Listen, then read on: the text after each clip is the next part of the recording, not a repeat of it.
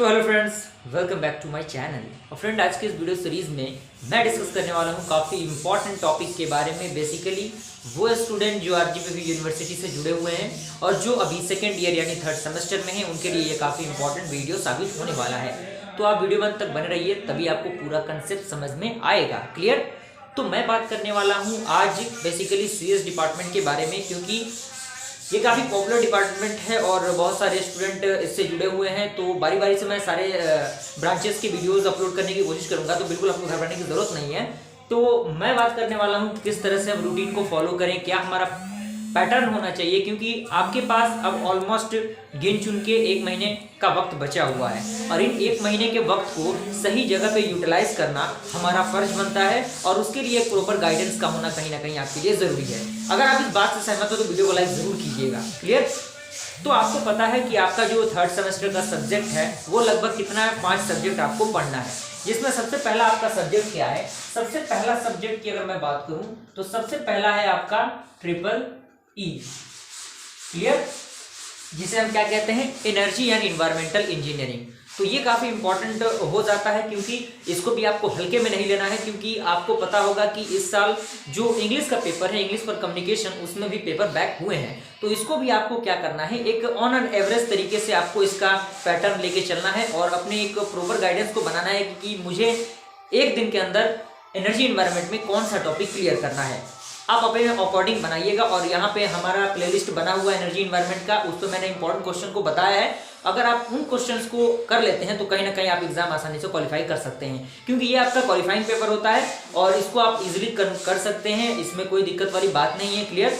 तो थोड़ा सा इस पे as compare to another subject थोड़ा सा कम ध्यान भी दीजिएगा तो चल जाएगा। क्लियर? ऐसा नहीं मैं कर रहा हूँ कि ध्यान नहीं देना है, थोड़ा सा कम दीजिएगा, लेकिन फिर भी आपका काम बन जाएगा।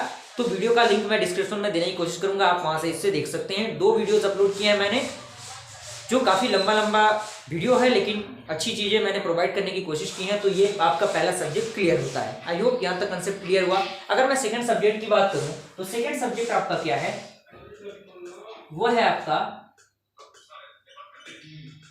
Discrete structure. तो फ्रेंड, सेकंड सब्जेक्ट आपका डिस्क्रीट स्ट्रक्चर है। और देखिए, यहाँ पे बहुत सारे स्टूडेंट डाउटफुल में ये होंगे कि सर डिस्क्रीट स्ट्रक्चर तो काफ़ी इंपॉर्टेंट सब्जेक्ट है और काफ़ी नया भी है। जी हाँ, बिल्कुल काफ़ी नया है और हर मैथमेटिकल टर्म से थोड़ा सा अलग है, लेकिन उतना भी अलग नहीं है कि आप इसे कर नहीं सकते। आप बेसिकली मेरे अकॉर्डिंग अगर आप चलिए तो सबसे पहले आप ग्राफ चैप्टर से स्टार्ट कीजिएगा, क्योंकि ग्राफ चैप्टर काफ़ी अच्छी तरीके से आप समझ सकते हैं और कम समय में बेहतर स्कोर आप ग्राफ थ्योरी के अकॉर्डिंग कर सकते हैं। तो ग्राफ हो जाएगा आपका, क्योंकि ग्राफ आपका डेटा स्ट्रक्चर में भी पढ़ना है और इसमें भी पढ़ना है, तो दोनों टॉपिक आपका कवर हो सकता है अगर आप कोशिश करेंगे तो। और सेकंड आपका चैप्टर है वो है लॉजिकल प्रॉपर्टीज, जो कि लॉजिकल ऑपरेशंस होते हैं, जिसमें एंड और नॉट गेट इन सारी की चीज़ों के बारे में डिस्कस किया गया है। तो थर्ड और फोर्थ यूनिट को आप सबसे पहले कंप्लीट कीजिएगा। उसके बाद अगर आपके पास वक्त बचता है, अगर आपने शॉर्ट नोट बनाया है, तो उन नोट्स के अकॉर्डिंग आप पढ़ने की कोशिश कीजिएगा, तो आप अच्छा स्कोर कर सकते हैं। क्लियर? तो मैथमेटिक्स के लिए भी आपको मैथमेटिक्स में क्या करना है, डेली प्रैक्टिस करना है। कम से कम 1 घंटा या फिर आधा घंटा आपको डेली मैथमेटिक्स का प्रैक्टिस करना है, क्योंकि मैथमेटिक्स में बिना प्रैक्टिस के आप कुछ भी नहीं कर सकते। क्लियर? तो मैथमेटिक्स का कंसेप्ट भी यहाँ तक क्लियर होता है। थर्ड अगर मैं सब्जेक्ट की बात करूँ तो थर्ड सब्जेक्ट आपका है OOPM। तो OOPM यानी ऑब्जेक्ट ओरिएंटेड प्रोग्रामिंग मेथोडोलॉजी, ये भी काफी इंपॉर्टेंट है, जिसमें C and C++ का कॉन्सेप्ट आपको मिलेगा। और बेसिकली इसके रिगार्डिंग में मैंने वीडियो बनाया हुआ है, उसके प्लेलिस्ट के लिंक को मैं आपके डिस्क्रिप्शन बॉक्स में देने की कोशिश करूंगा, आप वहां से चेकआउट कर सकते हैं। और टोटल 5 यूनिट के इंपॉर्टेंट क्वेश्चन विद सॉल्यूशन को मैंने डिस्क्राइब किया है, तो आप वहां से उसे चेकआउट कर सकते हैं और देख सकते हैं। अगर आप उतना भी देख लेते हैं तो कहीं ना कहीं एग्जाम में आसानी से अच्छा स्कोर कर सकते हैं। क्लियर? और अगर मैं बात करूं इनमें इस सब्जेक्ट में, तो आप इस सब्जेक्ट में सबसे पहले अगर कम समय में बेहतर इसमें यूनिट कवर हो सकता है, वो है आपका क्या, जो आपका चैप्टर था जिसमें इनकैप्सुलेशन, इनहेरिटेंस, ये सारी चीजें पढ़नी थी, यानी यूनिट 4 यूनिट 3। ये काफी इंपॉर्टेंट है और काफी कम समय में आप अच्छा स्कोर इसमें कर सकते हैं और अच्छी तरीके से आप उसे समझ सकते हैं। तो अपने अकॉर्डिंग आप उसको देख लीजिएगा कि आपके अकॉर्डिंग कौन सा बेहतर है, क्योंकि मैंने अपने अकॉर्डिंग तो सारी चीज़ों को प्रोवाइड कर ही दिया है, तो वहां से आप उसे चेकआउट कर सकते हैं। क्लियर? अगर मैं फोर्थ सब्जेक्ट की बात करूं तो फोर्थ सब्जेक्ट आपका क्या था, फोर्थ सब्जेक्ट आपका है डेटा स्ट्रक्चर। जी हाँ दोस्तों, डेटा स्ट्रक्चर काफ़ी इंपॉर्टेंट है, क्योंकि आप अगर कंप्यूटर साइंस ब्रांच के हैं तो डेटा स्ट्रक्चर पे तो आपका कमांड होना जरूरी है। और डेटा स्ट्रक्चर के रिगार्डिंग मैंने बेहतरीन वीडियो कंटेंट तैयार किया है और अच्छे तरीके से मैंने उसको प्रोवाइड भी किया है, जिसमें आपका सबसे पहले आप क्या करेंगे, ट्री वाला चैप्टर आप कीजिएगा, ट्री और ग्राफ। अगर आप इन दोनों चैप्टर को कर लेते हैं ना तो कहीं ना कहीं आप अच्छा स्कोर कर जाइएगा। अगर आप कोई भी यूनिट फर्स्ट सेकंड यूनिट छोड़ भी देते हैं, अगर आप थर्ड फोर्थ और फिफ्थ यूनिट कर लेते हैं तो इतने से ही आप एग्जाम क्वालिफाई कर सकते हैं according to previous year questions. Okay, बात को ध्यान में रखिएगा।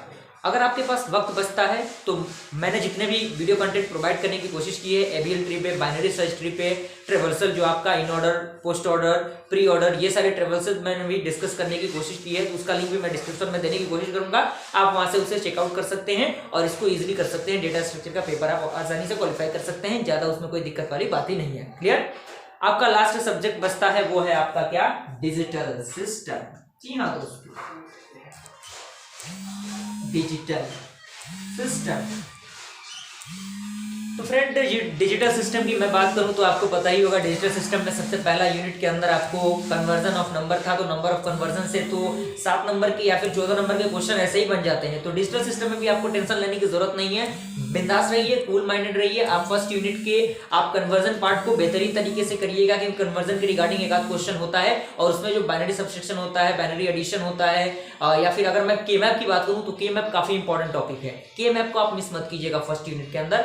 अगर आप बाइनरी कन्वर्जन या फिर ऑक्टल डेसिमल, हेक्साडेसिमल ये सारी चीजें कर लेते हैं, उसके बाद आप क्या कीजिएगा, आप जो आपका के मैप है उसको अच्छी तरीके से प्रैक्टिस कर लीजिएगा, क्योंकि के मैप से भी इंपॉर्टेंट क्वेश्चन आपके आते हैं।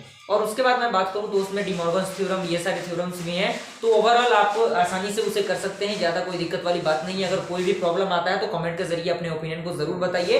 तो फ्रेंड, आई होप यहाँ तक बातें आपको समझ में आई होंगी। फ्रेंड, अगर ये वीडियो आपके लिए हेल्पफुल है तो वीडियो को लाइक जरूर कीजिए और चैनल पहली बार नए चैनल को सब्सक्राइब कीजिए, ताकि ऐसे इन्फॉर्मेटिव वीडियो नोटिफिकेशन सबसे पहले आप तक पहुंचे। मिलते हैं अगले वीडियो में, तब तक के लिए थैंक यू।